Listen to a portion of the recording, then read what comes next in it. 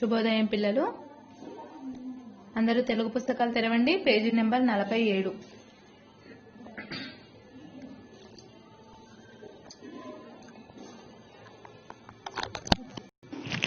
Page number 47 తెరిచారా? మీకు ఇందులో ఏం కనిపిస్తుంది? దేశమును ప్రేమించుమన్నా పాఠం కనిపిస్తుంది కదా. ఏంటి పాఠం పేరు? దేశమును ప్రేమించుమన్నా కదా. ఇక్కడ ఈ చిత్రం కనిపిస్తుంది కదా. ఏముంది ఈ చిత్రంలో? పిల్లలందరూ కూడా, స్కూల్ పిల్లలు, బడి పిల్లలందరూ కూడా ఏం చేస్తున్నారు? సెల్యూట్ చేస్తున్నారు కదా. దేనికి? మన భారతీయ జాతీయ జెండాకి. మన జాతీయ జెండాకి పిల్లలందరూ సెల్యూట్ చేస్తున్నారు కదా. తర్వాత మరి ఏంటి అంటే, దేశమును ప్రేమించుమన్నా అంటే మన భారతదేశాన్ని మనము ప్రేమించుకోవాలి, అంటే గౌరవించుకోవాలి. మన భారతదేశంను, మనం ఉంటున్న దేశం ఏంటి? భారతదేశం. మన దేశాన్ని మనము ప్రేమించాలి, గౌరవించాలి. ఈ పాఠం యొక్క ఉద్దేశం ఏంటో తెలుసుకుందాం. మొదట ఏంటి మరి పాఠం యొక్క ఉద్దేశం అంటే, దేశభక్తి గేయాలు మనలో దేశభక్తిని పెంచుతాయి, జాతీయ సమైక్యతకు తోడ్పడుతాయి, నైతిక విలువలను పెంచుతాయి, సమాజంలో మనుషులు మెలగవలసిన విధానాన్ని తెలపడమే ఈ పాఠం యొక్క ఉద్దేశం. ఏంటి ఈ పాఠం యొక్క ఉద్దేశం అంటే, చూడండి, దేశభక్తి గేయాలు మనలో దేశభక్తిని పెంచుతాయి. దేశభక్తి గేయాలు ఉన్నాయి కదా, అవన్నీ వినంగానే మనకు ఏమనిపిస్తుంది? మన దేశభక్తి, మనలో ఉన్న దేశభక్తి పెరుగుతుంది. జాతీయ సమైక్యతకు తోడ్పడతాయి అంటే మనం అందరం కూడా ఒకటే, ఒకరు ఎక్కువ ఒకరి తక్కువ కాకుండా మనం అందరము కూడా సమానమే అనేది ఈ జాతీయ సమైక్యతకు తోడ్పడతాయి. తర్వాత నైతిక విలువలను పెంచుతాయి. నైతిక విలువలు అంటే ఏంటి అంటే, మనము ఎవరితో ఎలా మెలగాలి, ఎవరితో ఎలా మాట్లాడాలి అని నైతిక విలువలు అంటే, ఎవరిని ఎలా గౌరవించాలి, ఎవరిని ఎట్లా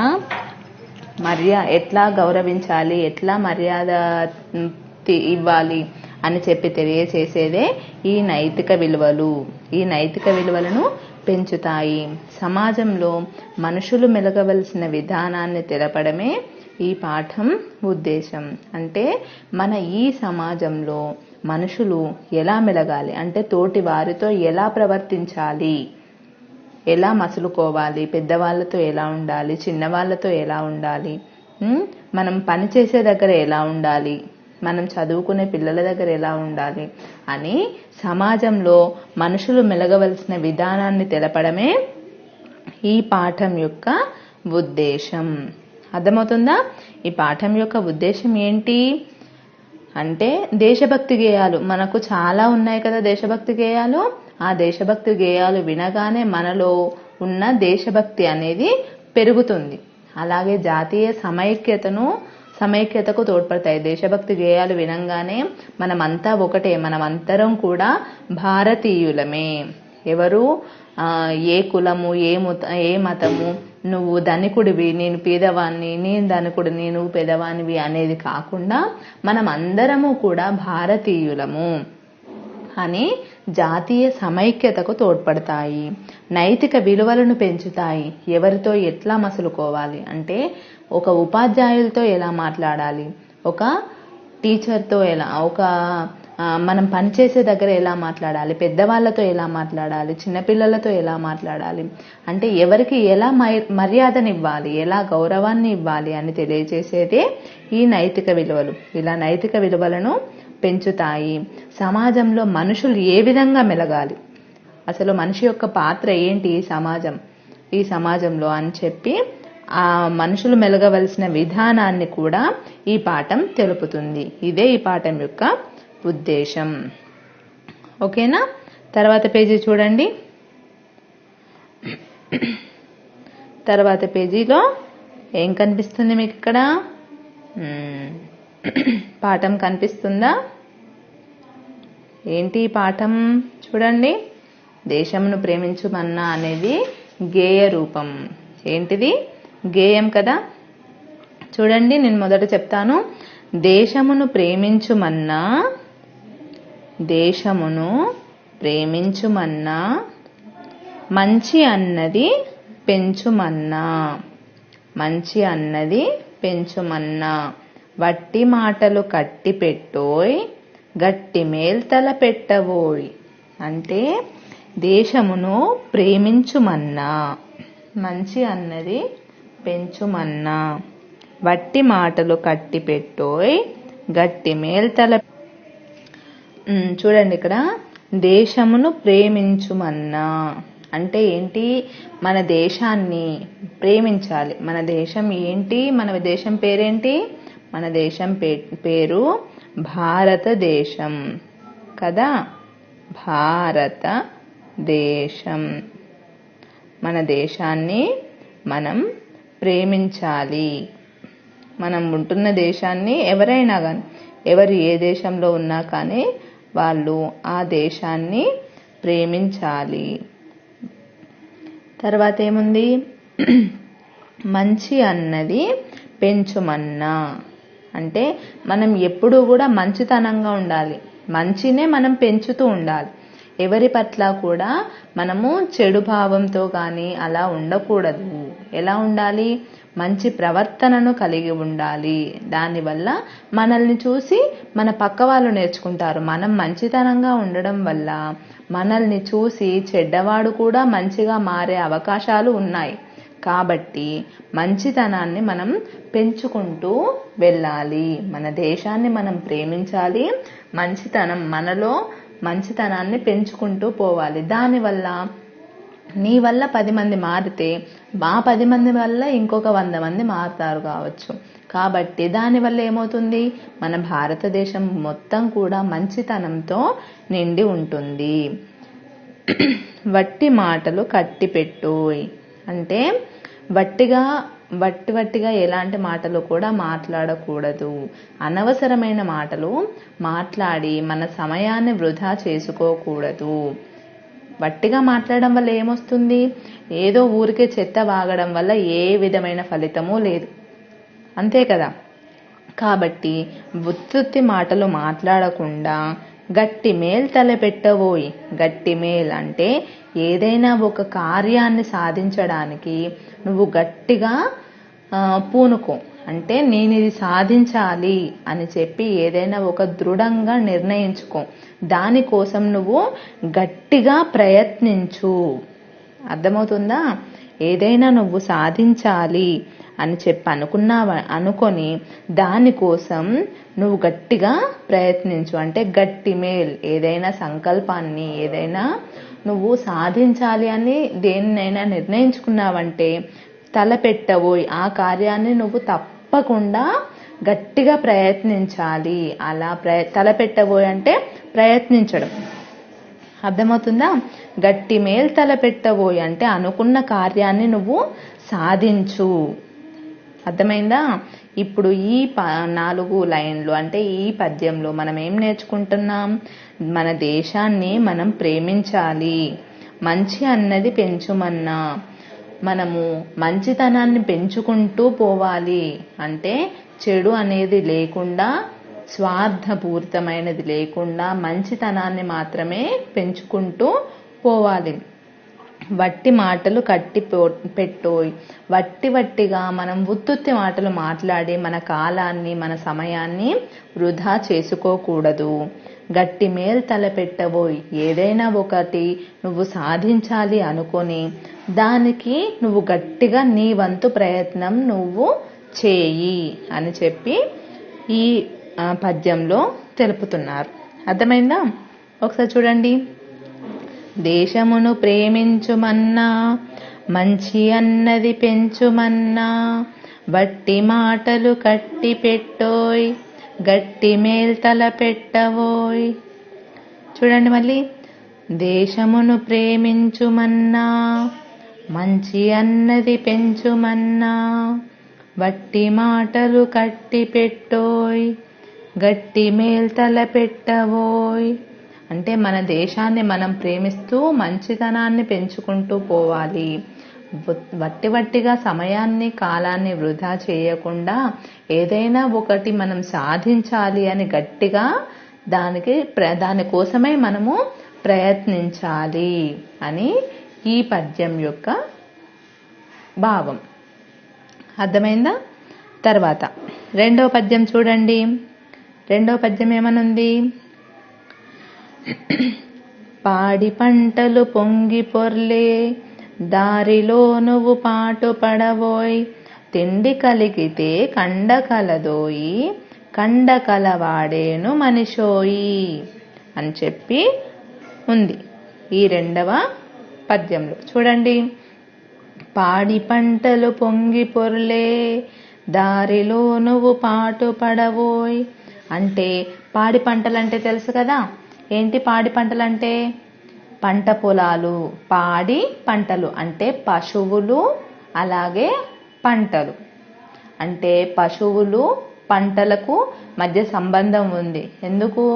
పశువులకు మనము ఏంటి, ఆవులు గొడ్లు ఉంటాయి కదా, అవే కదా మనం ఏదైనా పండించాలి అంటే పొలం కానీ ఏదైనా దున్నడానికి అప్పట్లో ఈ ట్రాక్టర్లు అవి లేకుండా ఉండేవి. ఏవి దున్నేవి భూమిని అంటే పశువులు, పాడి పశువులు. అర్థమైందా? కాబట్టి మనము ఏ పని చేసినా కానీ అది మనకు ఏంటి, తిండిని సంపాదించే విధంగా ఉండాలి. అంటే మనము పాడి పంటలను పెంచే విధంగా ఉండాలి. అంటే మనము రైతులకు కానీ లేకపోతే ఈ ధాన్యాన్ని పండించే విధానాన్ని కానీ దాన్ని పెంచే విధంగా ఉండాలి.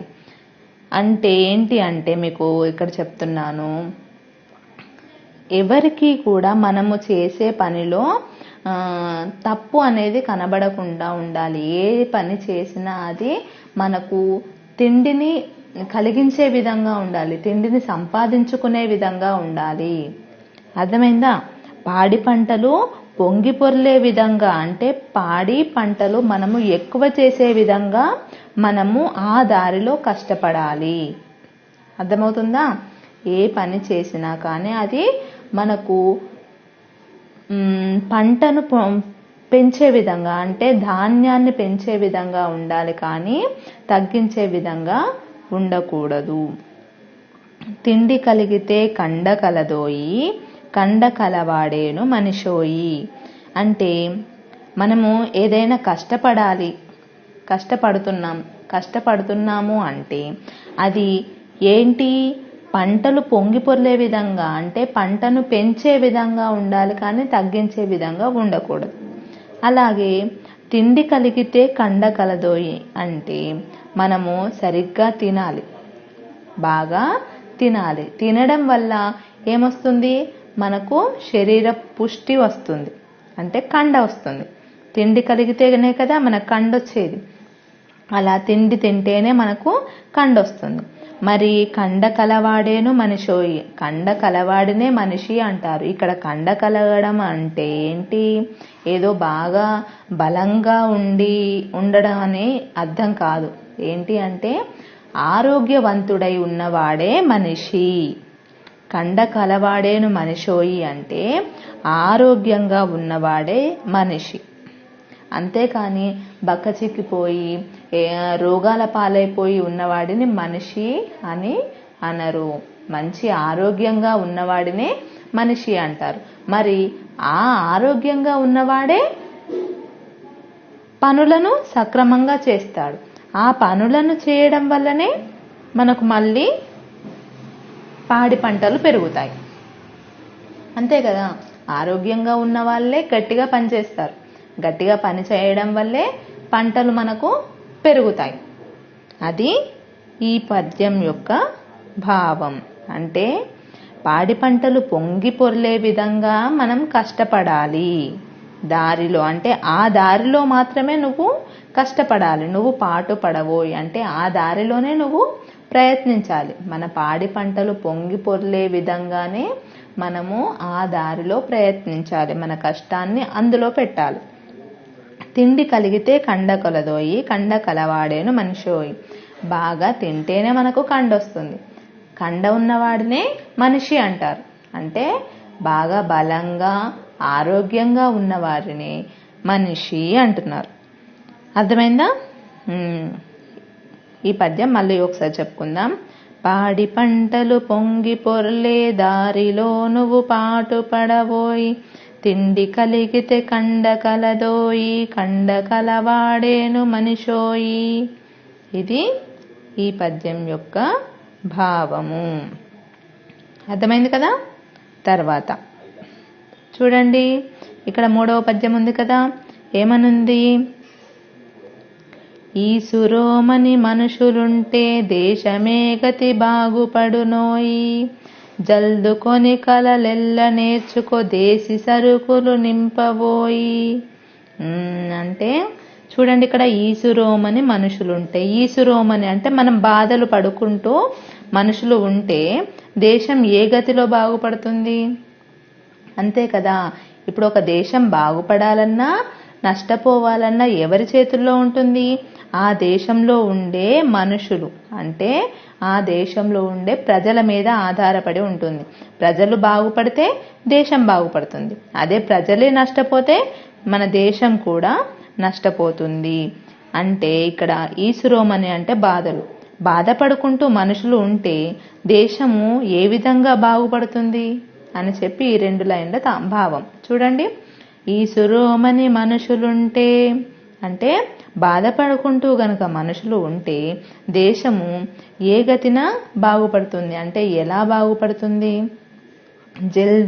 జల్దుకొని కలలెల్ల నేర్చుకో దేశి సరుకులు నింపబోయి. అంటే మనము తొందరగా మేల్కొని కళలను నేర్చుకోవాలి. అంటే పనులను నేర్చుకోవాలి. నేర్చుకొని దేశీ సరుకులు నింపాలి. అంటే ఇప్పుడు మనకు ఈ సెల్ ఫోన్స్ కానీ ఇంకేవైనా వస్తువులు కానీ ఏవైనా ఏమని ఉంటున్నాయి? Made in China, made in Japan, made in America ఇలాగుంటున్నాయి కదా. అంటే మనం ఆ వస్తువులు కొనడానికి ఆయా దేశాల మీద ఆధారపడి ఉంటున్నాం. దీనివల్ల ఏంటి? ఆ దేశాలకు మన సంపద వెళ్తున్నట్టే కదా. అంటే మన ఈ దేశంలో ఉన్న డబ్బులు వాళ్ళు తయారు చేసిన వాటికి మనం అక్కడ వాళ్ళకు డబ్బులు ఇచ్చేసి మనం కొనుక్కుంటున్నాం. అంటే మన సంపద వాళ్ళకి వెళ్తుంది. అలాగని కాకుండా మన దేశంలో ఉన్న ప్రజలు మాత్రమే ఆయా ఎలా వాటిని తయారు చేయాలి అని ఆ పనులను కనుక నేర్చుకుంటే మనమే వాటిని ఇక్కడ మన భారతదేశంలో తయారు చేసుకోవచ్చు కదా. అంటే వేరే దేశాల మీద ఆధారపడకుండా మన దేశంలోని వాటినే మనం కొనుక్కోవచ్చు. అంటే ఇక్కడ దేశీ సరుకులు అంటే అది. దేశీ సరుకులు అంటే వేరే దేశం సరుకులు తీసుకోకుండా మన దేశంలోని సరుకులు మాత్రమే మనము కొనుక్కోవచ్చు. అంటే ఏంటి? మన దేశంలో ఉన్న ప్రజలు కనుక తొందరగా మేల్కొని ఆయా పనులను గనక అవి ఎలా తయారు చేయాలి ఏంటి అని చెప్పి ఆ పనులను కనుక మనం నేర్చుకుంటే మన దేశంలోనే ఆ వస్తువులను తయారు చేసుకోవచ్చు. మన దేశంలోని వాళ్ళకే మనము అమ్ముకోవచ్చు. దీనివల్ల ఏమవుతుంది? మన దేశంలోని సంపద, డబ్బు మన దేశంలోనే ఉంటుంది, వేరే వాళ్ళ దేశాలకు వెళ్లకుండా. అంటే మనమే ఇక్కడ బాగుపడుతున్నాం, అంతే కదా. మన దేశంలోని డబ్బు మన దేశంలోకే వస్తుంది కాబట్టి మనమే బాగుపడతాం. అది ఈ పద్యం యొక్క ఉద్దేశం. ఏంటి?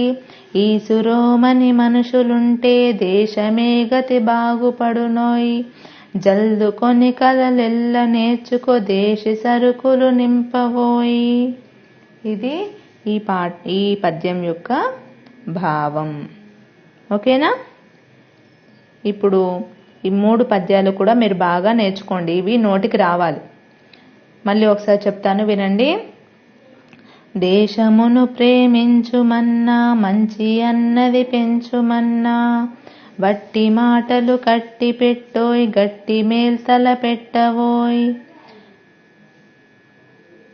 అంటే మన దేశాన్ని ప్రేమించాలి, మంచిని పెంచాలి, వట్టి వట్టి మాటలు మాట్లాడి కాలాన్ని వృధా చేయకుండా ఏదైనా ఒకటి సాధించాలి అని ఆ దిశగా నువ్వు ప్రయత్నం చేయాలి. తర్వాత రెండవ పద్యం చూడండి. పాడి పంటలు పొంగి పొర్లే దారిలో నువ్వు పాటు పడవోయ్. తిండి కలిగితే కండ కలదోయ్ కండ కలవాడేను మనిషోయ్. మనం ఏ పని చేసినా కానీ అది పాడి పంటలు పొంగి పొర్లే విధంగా ఉండాలి తప్ప తగ్గించే విధంగా ఉండకూడదు. మనం బాగా తినడం వల్ల మనకు కండ వస్తుంది.